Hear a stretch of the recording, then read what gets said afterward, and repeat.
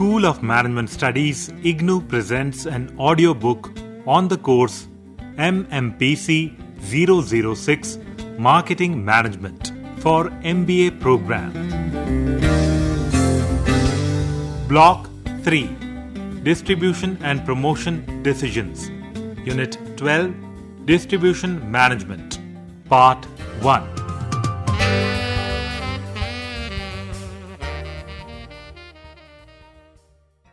After completing this unit, you should be able to understand the concept of distribution management, appreciate its importance in the marketing mix, discuss the different channels of distribution, understand the role, importance, and types of intermediaries, realize the issues in efficient distribution in contemporary times, ascertain the factors that determine choice of channel selection, understand the distribution strategies adopted by the firm, and role of channel system as an important link between the manufacturer and the ultimate customer.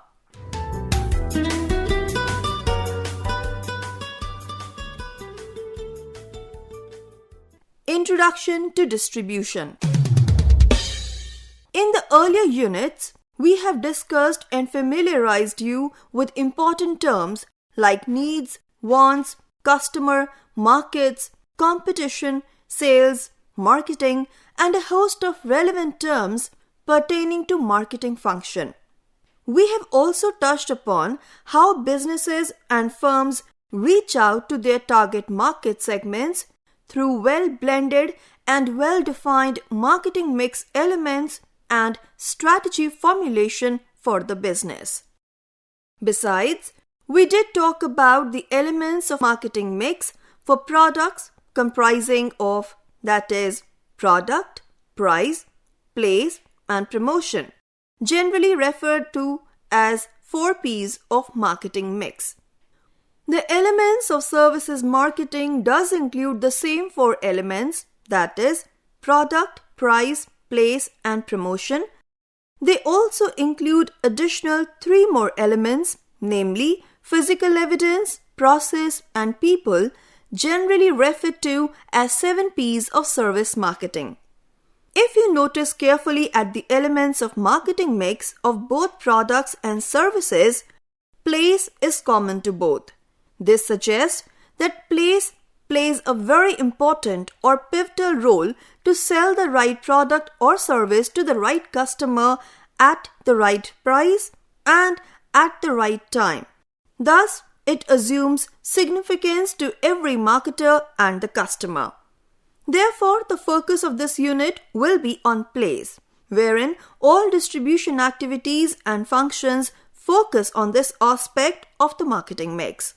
It is one link in the chain which starts from suppliers to manufacturers and finally to the point of sale in reaching to ultimate customer. Very often we come across that during festive season or any other happy occasion, we tend to buy gifts for friends and relatives as well. We all believe in the joy of giving something to someone or to our near and dear ones on such joyful celebrations. Assume that your friends or relatives stay in another city, then what do? How do you send the gift to them? Yes, you do have a solution to either send them by courier or by online delivery. Thus, a delivery company is a type of distribution process. In the same way, firms create a distribution system that enhances the reach of the firm's offerings to the end customer at the right place and right time, which is at the core of distribution.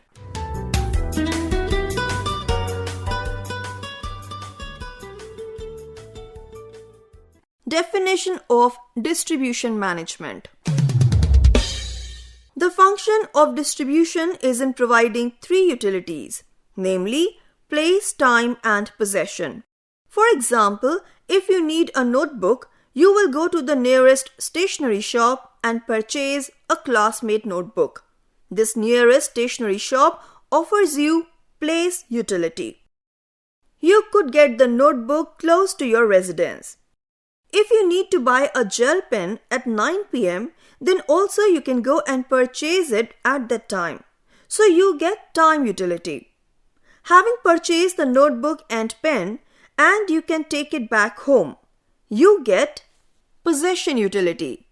In all these instances, ITC, a leading Indian multinational company, sells Classmate Notebook and Cello Pens India, which sells Cello Point-X gel pens, has ensured that you can avail all the three utilities very conveniently without any difficulty. Let's look at a couple of definitions of distribution as per the American Marketing Association.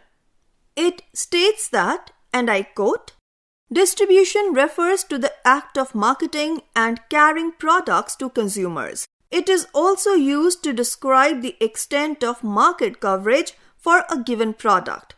In the 4Ps, distribution is represented by the word place or placement." Unquote. According to Mosman and Norton, and I quote, "Distribution is the operation which creates time, place, and form utility through the movement of goods and persons from one place to another." Unquote. To sum up, distribution management can be defined as a combination of all activities which facilitates movement and coordination of supply and demand in creation of time, place, and possession utility in goods. It is the art and science of determining requirements, obtaining them, distributing them, and finally maintaining them in an operationally prepared condition. Therefore, the broad range of activities concerned with the efficient movement of finished products from the end of the production line to the consumer, and also the movement of raw materials from the source of supply to the beginning of the production line, fall under the domain of distribution management. Through distribution activities, a company ensures that a sequential flow of products and goods from the source of raw material through the production or operation is made available to the final customer. This involves a sequential flow of procedures, systems, and activities which are designed and linked to facilitate and monitor the movement of goods and service from the source to the consumer.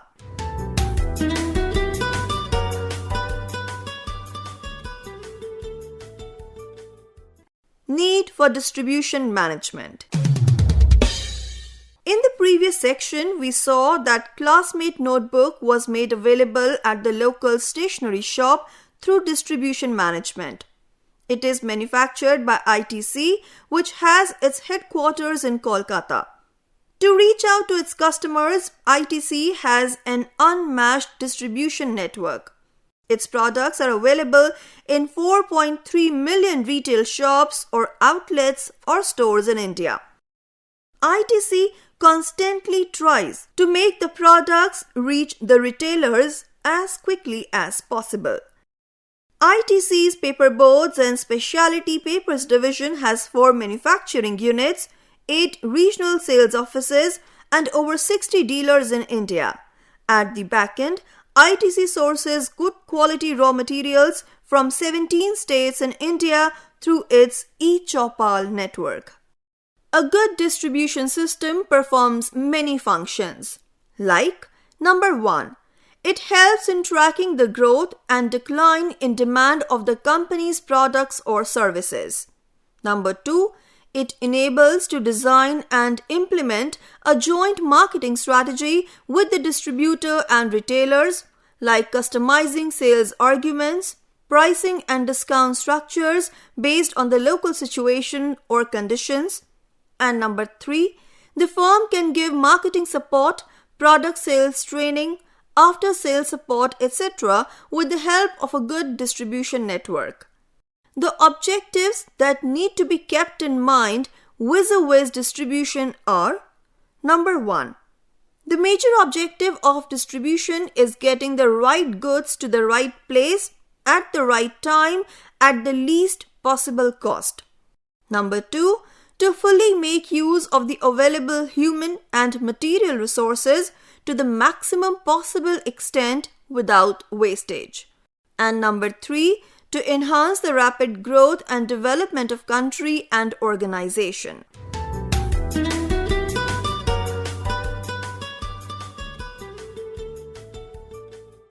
Channels of distribution. Distribution channels are the methods by which companies deliver products and services to customers and end users. Some businesses sell directly to their customers, while others might use a retailer or wholesaler to serve as an intermediary. Companies may also use agents or brokers to facilitate the movement of products to distributors that sell those wares to the customer. At the beginning of this unit, we had discussed the examples of classmate notebooks. The company has chosen an extensive network of dealers and retailers to reach you. When the business is on a small scale, like a local snack shop, the customers can directly go and purchase from the shop. In such cases, the business and the customers are in close proximity. Suppose this sweet shop expands and starts making other products. It would require a larger customer base. These customers might not be in close range of the exact shop. Their product might be sold through someone to customers who are residing far off. This someone becomes an intermediary. Haldiram is one such snack company which has gone on such a large scale and expanded its business that now it has various ways or channels to reach the customer more conveniently.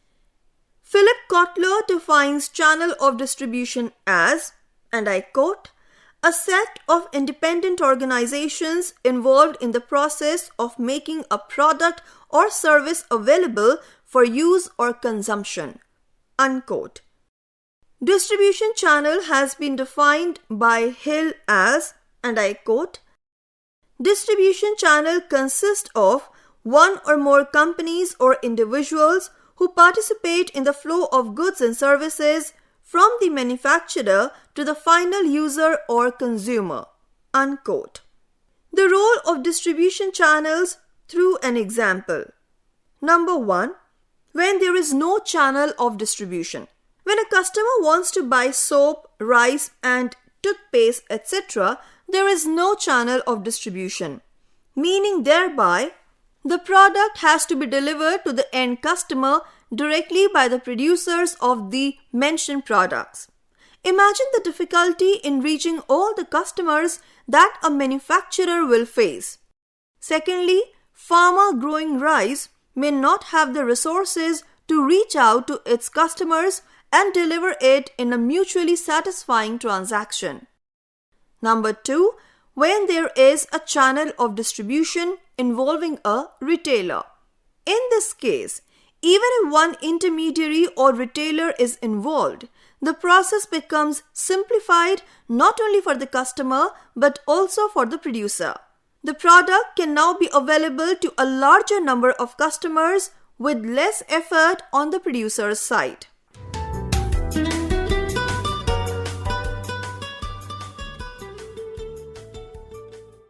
Types of distribution channels. Broadly speaking, the distribution channels can be classified as direct channels and indirect channels. Let's talk about direct channel first. When the producer or the manufacturer directly sells the goods to the customers without involving any middlemen, it is known as direct channel or zero-level channel. It is the simplest and the shortest mode of distribution. Selling through post services, internet or door-to-door selling, etc. are some of the examples of this channel. Nykaa, Home Shop 18, etc. are cases of direct channel. Its various types are: Number 1.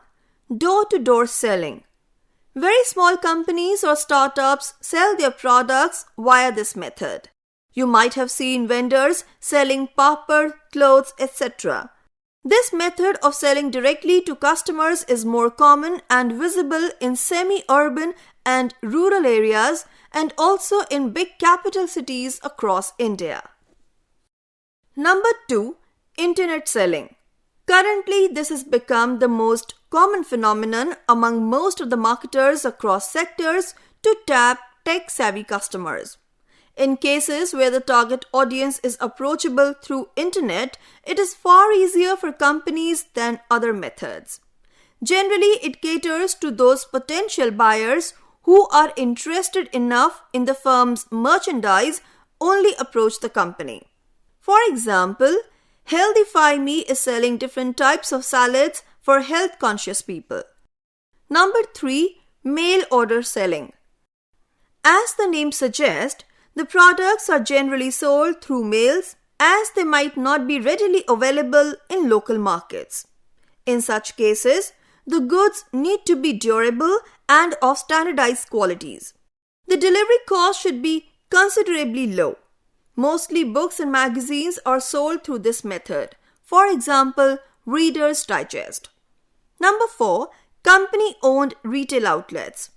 Instead of using other retailers to sell its products to customers, company establishes its own company-exclusive retail outlets to cater to customer as one-stop shop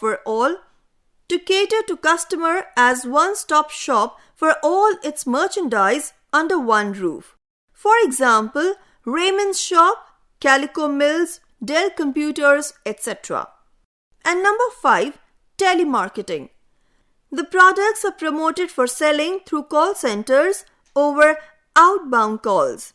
Sometimes the company can receive calls on a helpline number regarding their products demonstrated on television. These are inbound calls. For example, Home Shop 18, etc. Indirect channel.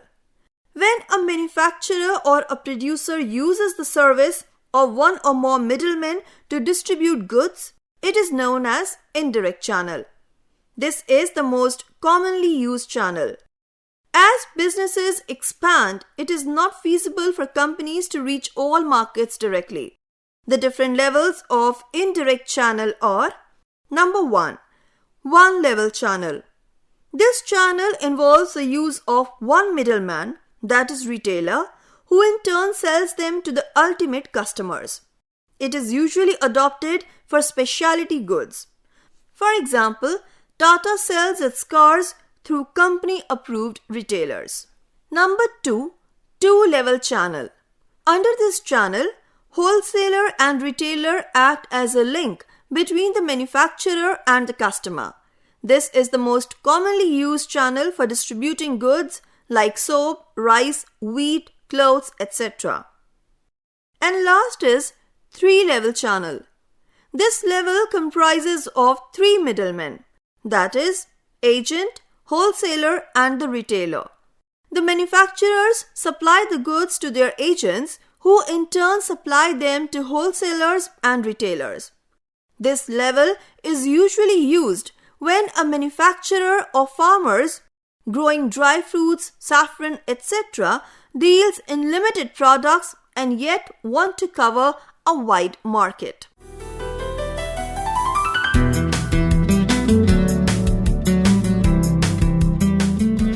We were listening to the audiobook by the School of Management Studies IGNOU for MBA program, course code Mmpc 006, Marketing Management. Course Coordinator Professor T.B. Vijay Kumar, School of Management Studies IGNOU.